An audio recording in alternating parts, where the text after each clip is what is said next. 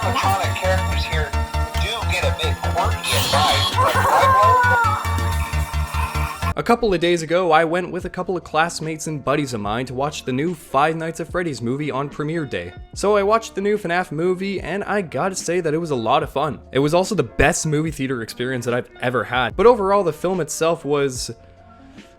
It was interesting, to say the least, okay? Let's just get that out of the way. It was interesting. Now look, before you go in the comments and say that, oh, you're not a true FNAF fan, you won't understand the film and plot of it, then think twice. Because back in the day, I was a huge fan of Five Nights at Freddy's growing up, and I've been a fan ever since like the first 2 games came out. I was a massive fan of the games, and hell, I even made FNAF gameplay videos like Markiplier did back in the day. I was that devoted into the series. All of my friends loved it, and I did too. It was so fun.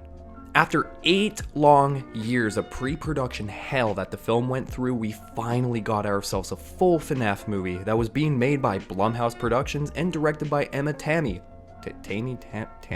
Fucking whatever. Also, you can't forget the man who created the series, Scott Cawthon, who wrote the screenplay of the film. First of all, I want to talk about the experience I had while watching this film. It was so fun. Literally the best experience I had watching a movie on day one. It was so fun. I was almost late to the screening, may I remind you, but when I got there, I made it right on time when the Universal Pictures logo started playing. I sat down with my Freddy Fazbear shirt and watched the film with everyone else.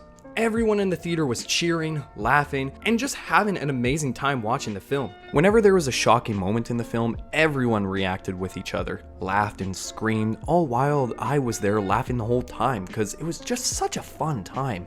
Everyone there was a huge fan of the games and the series. Hell, I felt my inner 12 and 13-year-old self come out that night and relive the FNAF series as I did when I was that age. It was very nostalgic in a way. Me and my classmates and buddies of mine who went to see the movie were all fans of the games too. Hell, one of my classmates pretty much grew up with these games, and after the film, we left the theater and he was very emotional about it. Hell, I was too. We were all emotional about it, and we ended up crying a little bit. We were so happy that we finally got a FNAF movie. But man, it was just an amazing watch and was such a wonderful experience. We actually got to see a FNAF movie come to life that night. 8 long years. Worth the wait. Now, the moment you all been waiting for. The movie itself. Was it any good? Well, if you're a die-hard FNAF fan and know mostly everything about the series, you would love this movie. Absolutely adore it if you're a hardcore fan. It is most, if not everything you would expect to happen in a Five Nights at Freddy's movie. As a FNAF fan myself, I enjoyed it quite a bit. It was a lot of fun watching it. Enjoyable. However, it wasn't scary at all. Let's just get that out of the way too. Which is understandable with the fact that the movie's PG-13 and the main audience of FNAF nowadays, even back then, was kids, right? Kids love Five Nights at Freddy's, so they probably put that into place, which is understandable.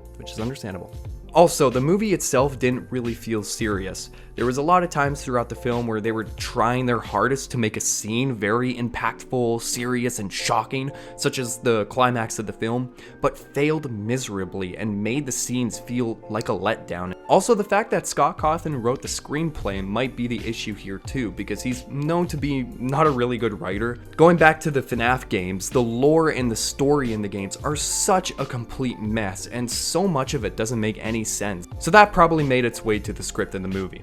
Also, there is so much of the movie where they don't want to make it serious at all. There's this one scene where Vanessa, Mike, and Abby get together with the animatronics to make a pillow fort using blankets, tables, and pillows.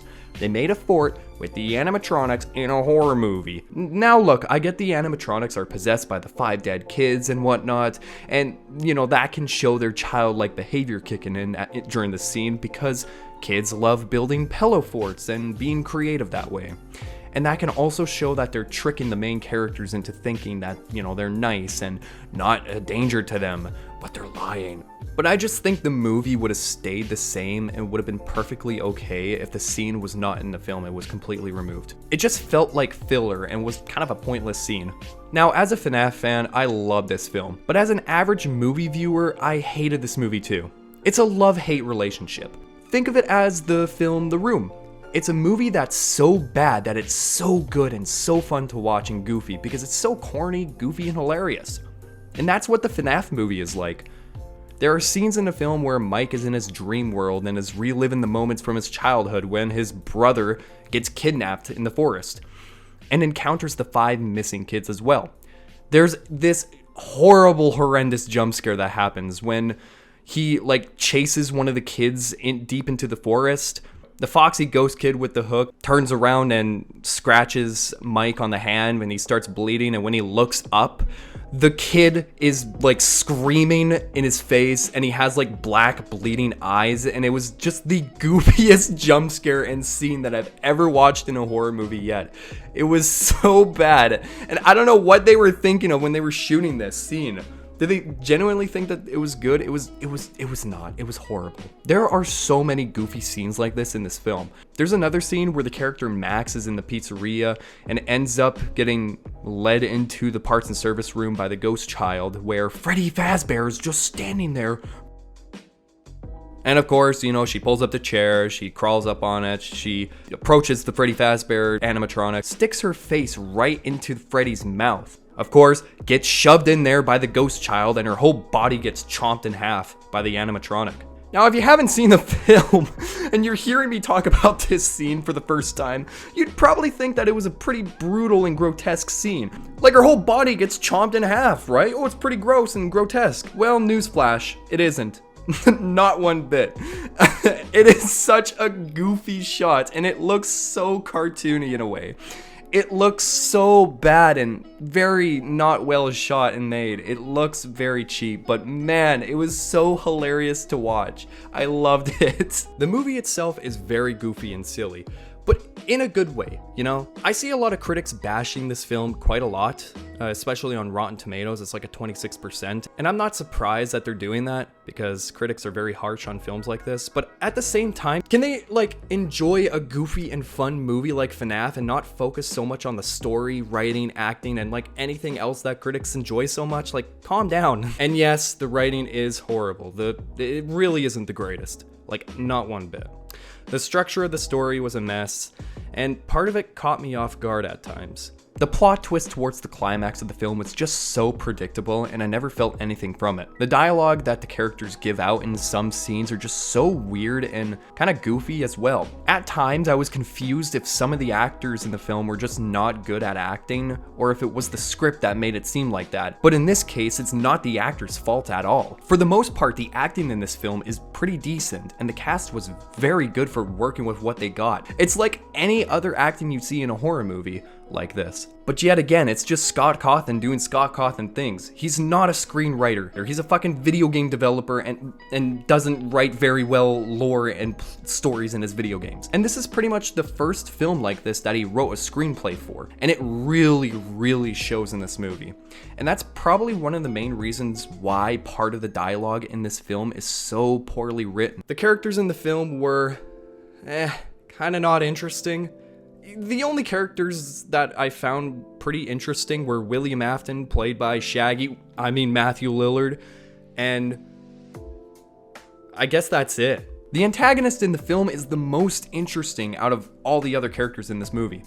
I guess Vanessa is pretty interesting too, because, I guess both those characters are somewhat of a mystery as to what their intentions are in the film up until the plot twist and climax where we know about them a little bit more.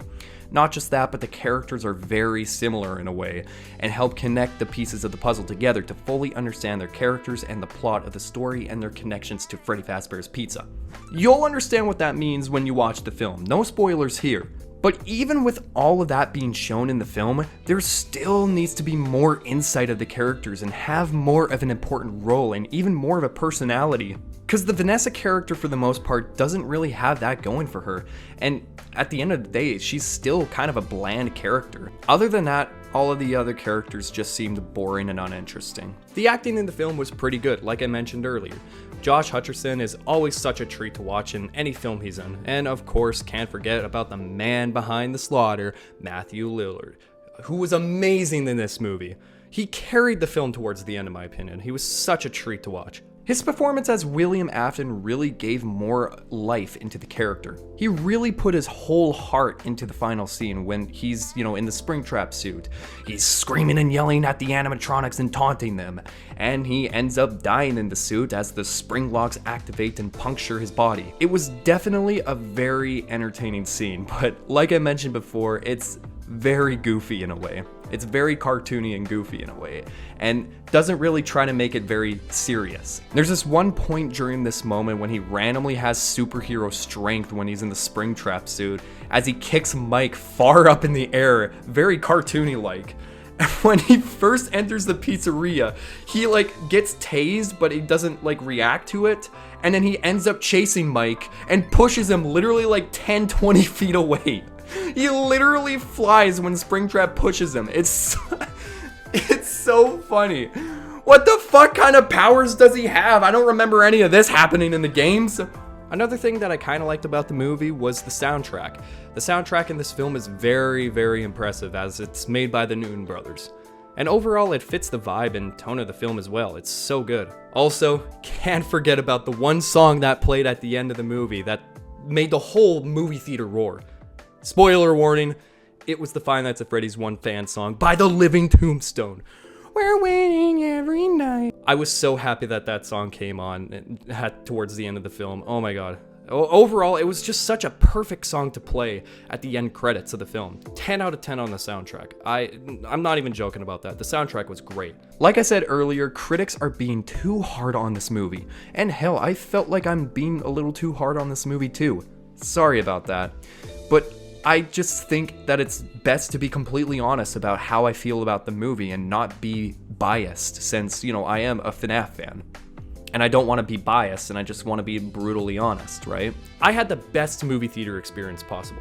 The movie itself is nothing but fun, it's goofy, funny as hell, and it's just a great time to watch with your buddies and friends. Even if the film itself is very mid and not that great, you'll still have a kick out of it and a great time watching it. Especially if you're a FNAF fan. If you're a fan of FNAF, you'll love this film. If you're an average movie viewer, not much. The movie itself is so bad that it's so good. Lots of laughs and goofy shenanigans throughout the film. I'm going to give this film a 4 out of 10, just for the film itself because it's not too great, story structure, writing, and character-wise, but the viewing experience made up for how bad the film is. It was so fun. So, viewing experience is at least an 8 out of 10, closer to a 9. Lots of fun. Great job, Blumhouse, for making a fun and goofy movie. Can't wait for the second film in 9 years. Bye-bye! Bye-bye! Bye-bye!